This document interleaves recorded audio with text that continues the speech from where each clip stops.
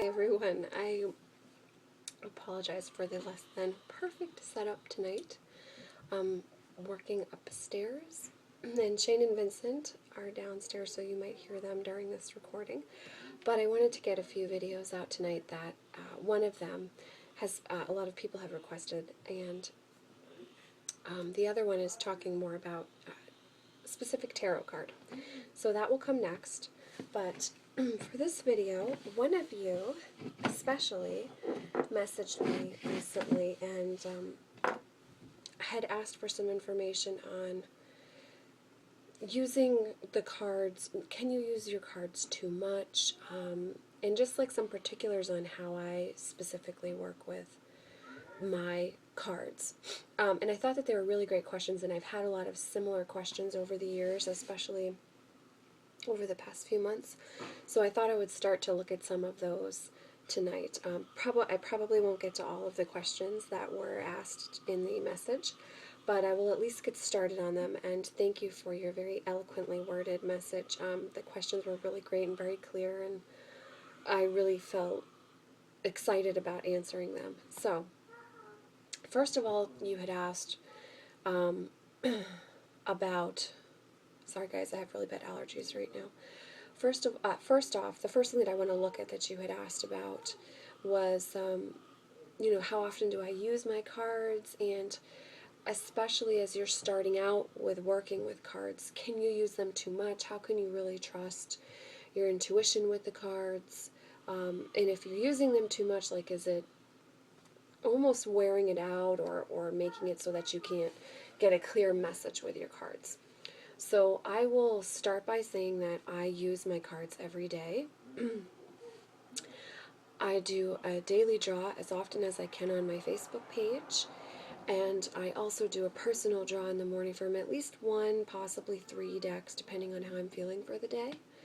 And that's a really important part of my morning. And I do that before my son gets up in the morning, so I wake up early, and that's part of my personal routine in the morning. And then throughout the day, I use cards if I'm working with my clients. If I am at the boutique where I work at, we do sell decks in the store, and I'm very blessed that I get to be a part of that experience, and so there are decks in the store that I can consult if I need to. And then, of course, when I get home as part of my meditative practice at night, I might draw a card and choose to journey with that card from a certain deck, or 2 or 3. So, yes, I absolutely do use my cards every day, and I see no adverse effects for myself in doing that. I have an extensive collection, as you all know, and I actually do use my decks quite a lot. So, I don't just only use 1 or 2 decks in my work. So I definitely get around to the decks that I keep in the house, that I don't gift away to friends. And I use those decks. They get their use, let me just say that. So I haven't noticed anything overwhelming me with using multiple decks every day of my life. For me, as soon as I started working with cards, it was just very intuitive, and it just felt right to me, like, oh, I've done this before, and it's an intrinsic part of my spiritual practice. It brings me a lot of joy. I love artwork. I'm an extremely visual person, and so being able to connect with my intuition through artwork in a smaller, compact form that I can carry around with me and consult at any moment is a really beautiful gift to me. So from my beginning work with cards, I've worked with the cards every day, and I would say that for me, working with cards daily has been the way that I've really gotten to know my cards extremely quickly and been able to read for others very quickly. As soon as I started working with cards, within a month or two, I was doing readings for other people. Now, of course, I wasn't reading professionally at that point. That was for friends, like most of us do, family members. But I found that the more that I used the cards, the more clear I became on just the type of energy that each deck had. And when I would decide to work with certain decks.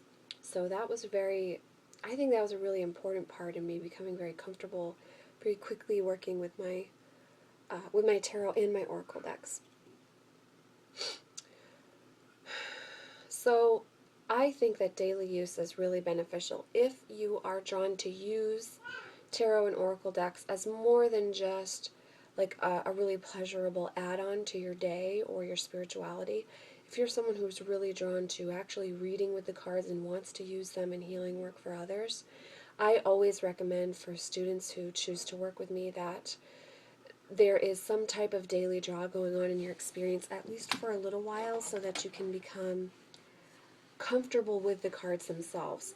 So, especially with tarot, we do have a great deal of honor that comes into our working with these cards and this system and these symbols that are being passed down through various forms of artwork. And so there is an honor that we have for them.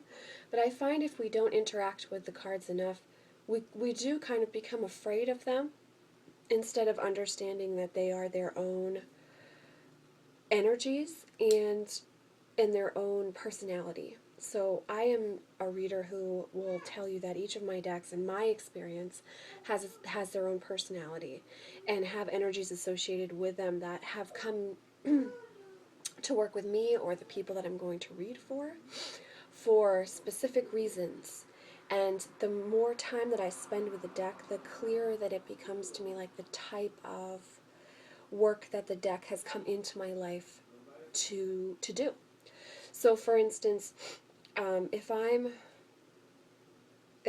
working with someone who I would say has a lot of fae energy around them, whether that's conscious for them or not, and has a very loving but deep energetic feeling about them, then I would use the Shadowscapes Tarot with them, perhaps. Or I might use the Journey of the Hidden Realms Tarot with them, as opposed to, say, the Marielle Tarot in that situation. So in order to know which deck I'm going to use with someone, I have to spend time with that deck first. And I have to understand the personality of the deck and the energies that are attached to the deck. And then I will be able to tap into my intuition and know when it's time to work with whichever deck would like to work with certain people. So to me, it's important to spend time with the cards themselves, whether that's an oracle deck or a tarot deck. And that's why with my reviews, I don't do a review the day, the week, the first month that I have a deck. I spend a lot of time with the deck first. I get to know its personality as far as how it wants to work with me. And then when I have a clearer feel for the deck, I'll do a review. Because I actually do enjoy doing reviews and I take them seriously. And, I don't want to say I love something when I haven't spent enough time with it to know if I actually do love it or not.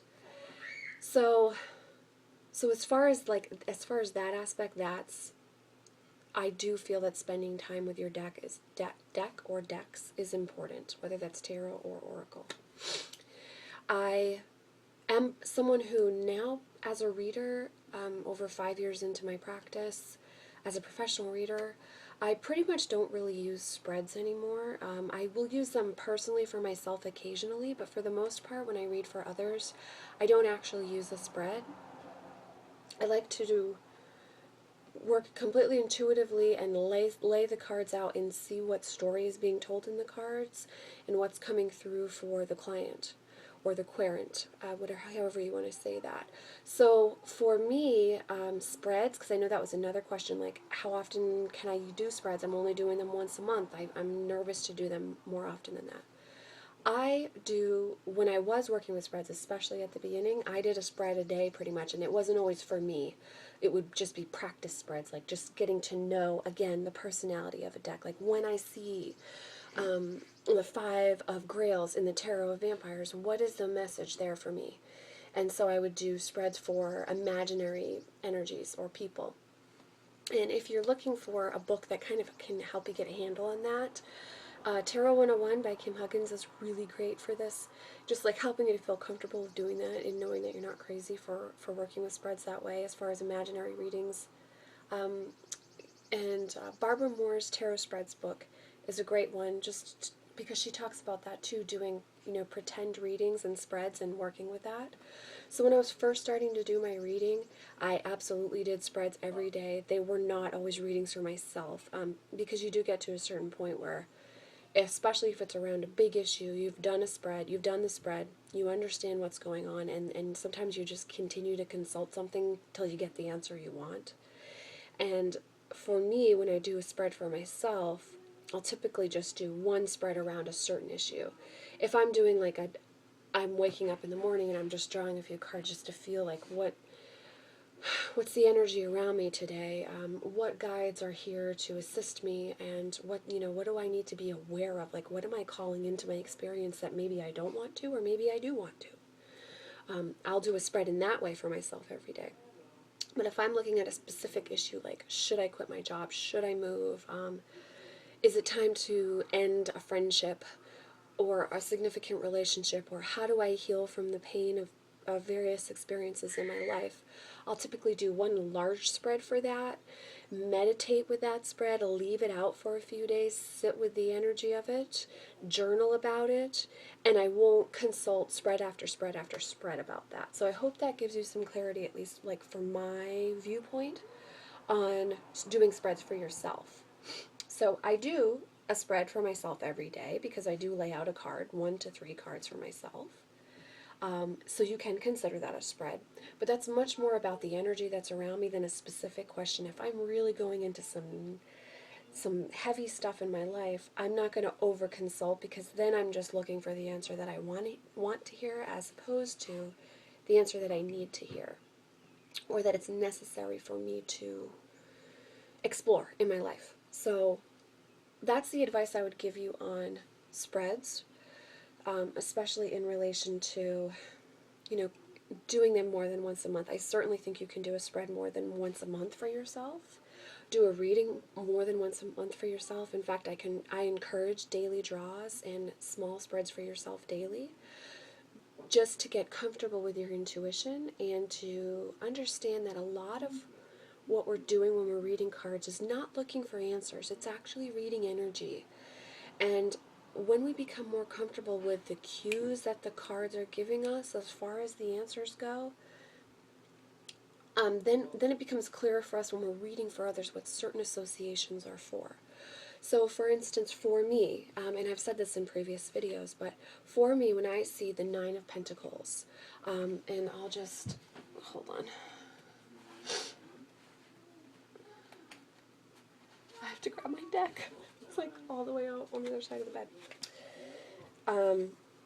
Just give me 1 second to find it. When I draw the Nine of Pentacles, for me that's a really positive card, and really due to my life experience, that's letting me know that it's a time of independence, of trusting your intuition and really forging your own path. It's a solitary time for yourself, and it's a solitary time in relation to, going back to, for me anyhow, the High Priestess. So here is the Nine of Gardens, or the Nine of Pentacles in the Japri Tarot. So I know that I'm always going to have a pretty good feeling or a good understanding when this card shows up, that it's really a time of independence, trusting your intuition, and forging your own path for my client, or the querent.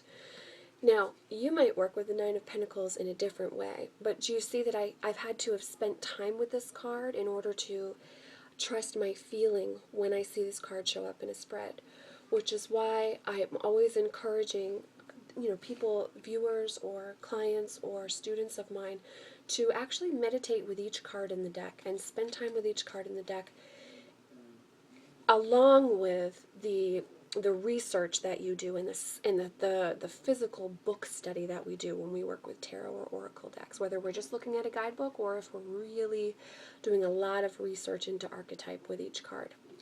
There also is a personal experience that is deeply, deeply important, excuse me, deeply important that we have with each card, so that we can understand the cues we get when we look at the image, and the experience that we're having, the feelings that we're getting, the intuitive hits we're getting, as to how that applies for the person sitting in front of us. So that's really important to me, and that's why I don't think you can spend too much time with your deck. There are certainly times when we all need to take breaks from our decks, and I say that because many of you know that the Tarot of Vampires is my greatest love as far as tarot decks go, and it's the deck that I read with the most often. It's my home base as far as tarot goes. When I read for others or myself, if I'm using a different deck, I always see the image that would associate with that, with the Tarot of Vampires deck. Like, that's my home deck. There are times, though, when it's important for me to work with other decks. So if I'm really needing to push myself out of my boundaries and explore expansion for myself, I might decide to work with the Japri Tarot for a few days or a few weeks. Still honoring my Tarot of Vampires as my home deck, as home base for me, as my grounding deck, but understanding that I need to call in a different energy in my life. And so what I want to bring in is what I'm going to work with as far as my decks go, which is why I do think it's important to spend time with your decks. Even if you don't love a deck right away, if you've purchased it, if you've been gifted it, I think it's worth spending enough time to get to know the deck and and understanding the lesson that that deck is sharing with you. And that will shift over the years.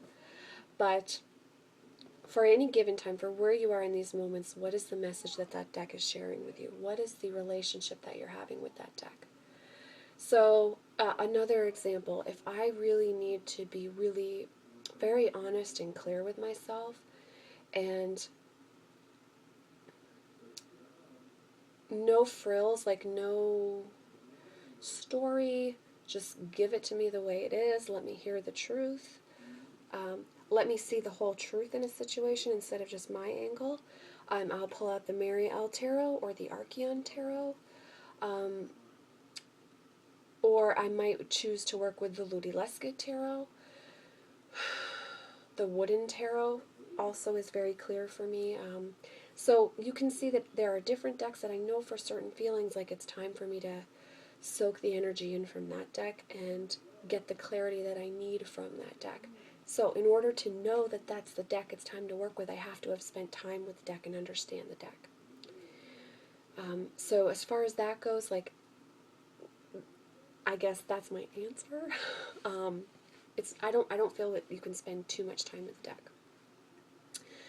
I know another question that was asked was, okay, so you don't keep your decks in their boxes. You recycle your boxes for the most part, except for Blue Angel. So how do you keep your decks from being damaged, etc.?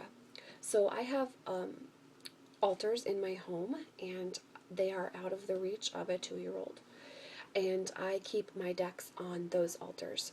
And the decks that are not on those altars that maybe I'm taking a little break from, or I'm just not feeling called to work with, I have a large shelf, and I have those decks set up on that shelf so that I can kind of hear them still and know if one's calling to me. So that might sound really crazy to you. Might not. It's just my truth. I do listen to my decks, and I feel like there are energies associated with each deck that talk to me and let me know when it's time to maybe look at the artwork in that deck or pull out the guidebook or just meditate with certain cards. So I like to have my decks out so that I can hear them. And if I feel drawn to them, I know right where they are, and I can just go over and grab it, and I don't have to look in, 5 shelves down, in this box, in this thing, unwrap it, go through the whole thing. I also think my decks like to breathe, too, which, is unique, but so that's why I leave my decks out.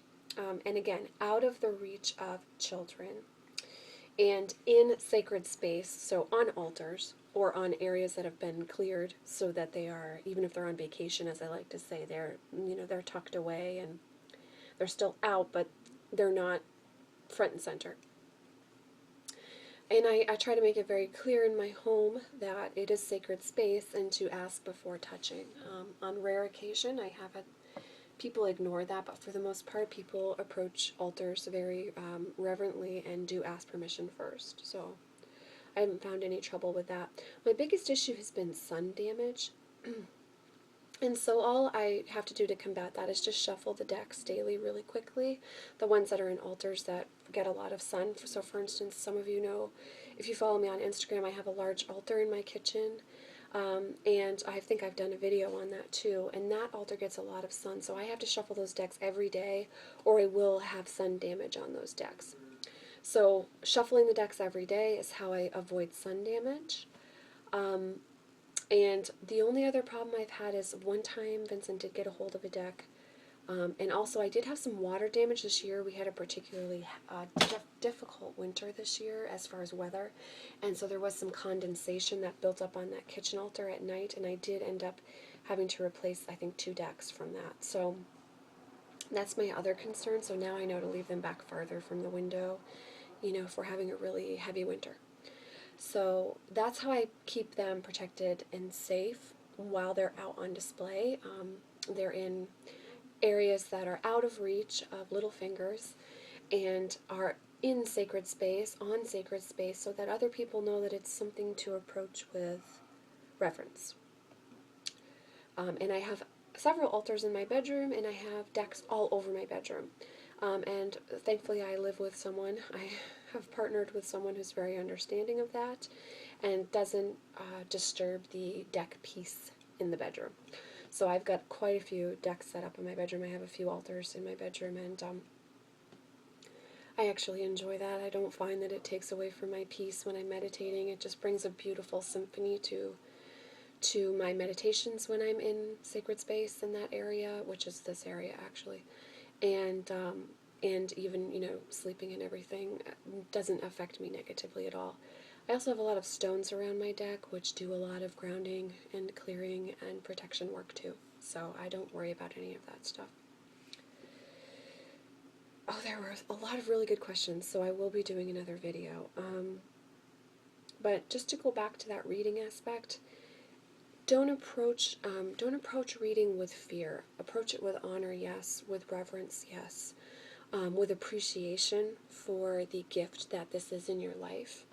But don't approach a reading with fear. Don't approach a reading or cards in general with fear.